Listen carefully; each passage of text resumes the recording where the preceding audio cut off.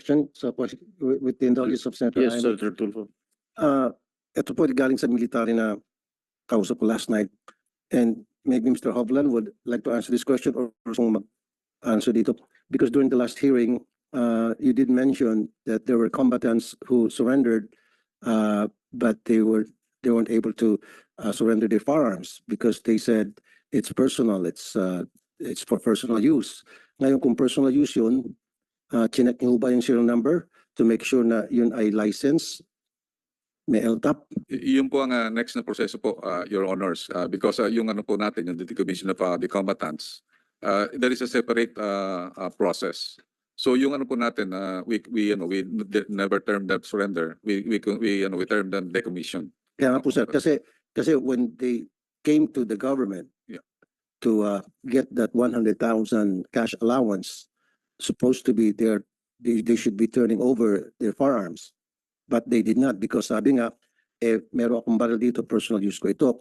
So kung personal use mo yan, dapat may permit yan. Chinek niyo ba yung mga, andun na rin lang siya hawak-hawak yung baril niya. So sana kinuha niyo yung serial number, pinicturan, and then gumawa kayo ng cross-check sa ating PNP, FEO, Firearms and Explosive Office, para masiguro na yun ay lisensyado, para masiguro din na hindi magamit yun kung saan sa amang purpose. Yes, sir. Actually, sir, yun ang proseso po natin, sir, na initially yung sa decommission of combatants is separating na yung pagka nagproseso po tayo ng decommission combatants, we gave the 100,000 for the purpose of the socio-economic, not for the purpose of turning up the firearms.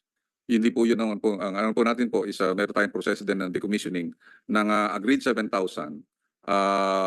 Yun po ang ginagawa po natin. And then later on, there is kung makikita niyo po yung sa aming ano po, we have still a lot of programs in parallel with the decommissioning of firearms. Number one is yung all small arms and light weapons management. Ito po yung sinasabi natin na i-stencil po natin, isa-isa po yung lahat po na yun. Mentioned to me yesterday, nung pumunta kayo sa office ko, tinanong ko what kind of firearms ang mga na-surrender. Sabi niyo po sa akin, carbine, may mga carbine, may mga garan, M16. M16, meron pang Thompson. Opo. Diba pang CAFGO lang po yun? Alam ko yung MLF, they're well financed and they have modern weaponries. Yung Thompson, sir, konti lang po talaga yun. Thompson. So ibig sabihin may mga MLF na Thompson ang ginagamit. Ano po yung diplato? Sir, actually, sir, kasi makita natin, 1976 po kasi yung ibang mga combatants natin. Oh. Those were the firearms that they are Meron using. din pong carbine. Yes, sir, ganun po. Di ba yung carbine, panahon pa natin ng hukbalahap yun. Oh, but anyway, may carbine. So siguro po, sa next hearing, give us a list of those firearms.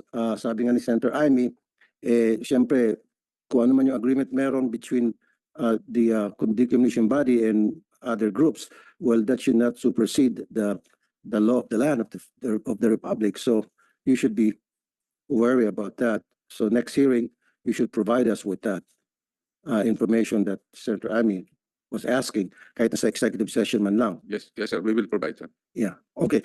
Now, dalawang question na Senator Jaime. December 31, 2022, kasi binanggit sa akin kahapon yung Commission on Audit, sabi yung very strict ang Commission on Audit nga, kayo talagang binabantayan. So, agad-agad nag-check po ako sa Commission on Audit. Meron pong 4.2 billion na audit suspension, and then 51.8 million disallowance. So pag sinabing disallowance, pinasosoli po. So unahin po natin dun sa disallowance. Ano po itong 51 million na pinasosoli po ng Commission Audit? 51 million po nito, sir. Na-explain na po namin to sa COA na ang remaining balance lang po is more or less 8 million. Na-explain. Na po yun. Kung magkasano po. Naisoli na po. Naisoli na po yun. Eight Then na po. yung 4 billion po yun, sir, is yun po yung previous pamana project po, hindi po sa amin po yung panahon namin during the previous ano, sir. Pero were you able to explain it properly to the Commission on Audit? Actually, sir, we were able to expedite yung compliance with the auditor. So ito pong So sorry sir. So parang tayo mamalito. So nasoli na yung iba dun sa 51 million mo na 51.8. Nasoli na po yung iba, yung meron pang 4 million hindi pa nasusoli. yes, sir, meron pa po tayong proseso na Bakit po hindi nasoli na lang ang buo? binabayaran po ng ano po, sir, ng mga tinatawag nating yung mga SDOs na meron pong accountability. Pwede po paki-explain ano po yung 51 million na pinasosoli? Bakit po pinasoli?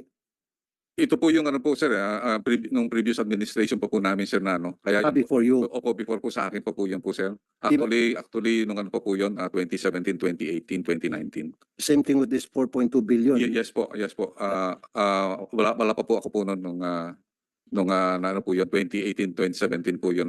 Siguro, Mr. Chair, sa next hearing, patawag natin yung Actually, we already, marami po na kami pong ipinasa po sa ombudsman pertaining that matter po, sir. so meron na pong kaso. Opo, may mga kaso And po. may we know who are these people na pinahil nyo ng kaso sa ombudsman? And what happened to the yung case? previous ex-com po at saka back member po ng ano ng Can we get the names? we will give it to you, Your Honor. And then, gusto namin malaman yung status ng kaso. sa Yes, Your ombudsman. Honor. Yes, So Your Honor. ongoing po ito. Yes, Your Honor. Ilan po yung nakasuhan dito sa 51 million? Bali po yung ano po, may mga seven charges po kami na naibigay sa ombudsman. And we will give you the details po, Your Honor. Kasama ho ba dito yung pinalitan nyo na secretary? Yung mga ex-com members po. Execom lang. Opo. Okay. Okay. Doon po sa 4.2 billion, sabi niyo po before your term pa ito. Yes, Your Honor. Okay. Sabi po dito sa record ng Commission on Audit, ito yung mga was it computer? And then yung mga pinabigay nyo sa mga non-government organization, people's organization. Yes, Your Honor. Ba't ho binigyan natin ng pera yung mga NGOs? That's why during my term we already removed all these ng mga NGOs po. So ang Okay. ginawa po namin immediately we Kaya nga terminate po, bakit po binigyan ng pera ang mga NGOs at saka mga people's organization? because they're the one also implementing some of the programs sa ating Ano pong klase mga progress po yun, sir? normally sir I will give you the details the Okay, details. kasi sir, that's Because I'm- 4.2 billion, that's a lot of money para ipamigay po natin sa NGOs. And then, can we know ano po yung mga NGOs na yon? Can you identify to us? We will submit the report. Okay. At maging po yung people's organization. Ano po itong people's organization? First time ko lang napakinggan to. POs? What are these POs, sir? We will find out sir. Yes, sir. Give us a list of the NGOs and then the POs who've been a recipient of this 4.2 billion because Yes. this is a lot of money and this has to be accounted for. That's why you got a suspension from the Commission on Audit. Yes, sir. Hindi ko sana na-discover po to kung hindi yung binanggit sa akin yesterday na sabi nyo mahigpit sa inyong Commission on Audit. So chinek po namin yung Commission on Audit and bingo, ito po yung nakita namin. Yes, sir. So provide us with all these documents, so Mr. Chair. And then siguro patawag din natin yung mga previous execoms na nakaupo para paimbestigahan natin itong 51 million and 4.2 billion. Yes, the COMSEC is instructed to do so.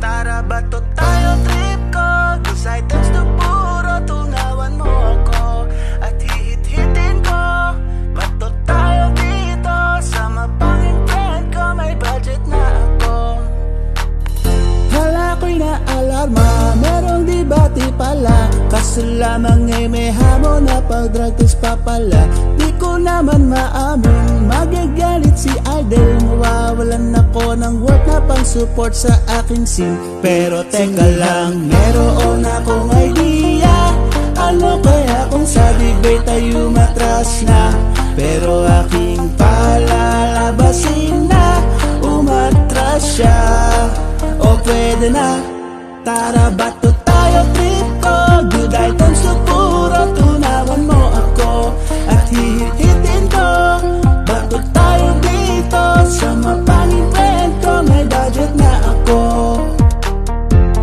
Tara bato tayo trip ko Good items to puro Tunawan mo ako At hihit-hitin ko Bato tayo dito Sa mapanging friend ko May budget na ako Sahod ko yan kay Turbo Hala nakita nila na ako'y naggatas na Sa aking video kitang-kita ngipin ko'y may tartar pa Di ko pwedeng aminin Magagalit si Idol Kaya panay delete ko sa aking mga live streams Pero teka lang, meron akong idea Diba sa Baguio ay madaming pasyugalan pa Nililihis ko topic kasi masakit na bahala na Alam ko na Pero teka lang merong nagbabagang balita Sino kaya ang staff na i-interviewin nila Trabaho ko ngayon ay nangangani